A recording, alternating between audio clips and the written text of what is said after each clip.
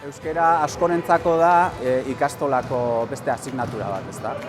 Eta euskararekiko lotzen duten bizipenak dira nahiko estresanteak kasu horretan, ez? Orduan, eukitzea sentimendu batzuk, bizipen batzuk euskararekin lotu eta positibo, galaiak, talde giro horretan oso importantea da, nire ustez. Niretzat euskara beste hizkuntza guztik bezalakoa da, baina garrantzia pixka handiagoa dauke galtzen egidalako hemen ingurun eta hitzita gustatzen zait horretik.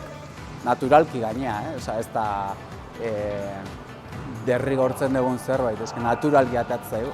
Erdeaz kosteitzen da askotan, así que no. Azkenean euskara gutxinaka galdu egiten da. Behatzen dugunean hitz egiteak lagundu egiten du. Euskara hemengo hizkuntza eta ja hemen bizi gara berabiltzea. Euskara da bizitzeko modua gurea, ez dago beste. Begiratu!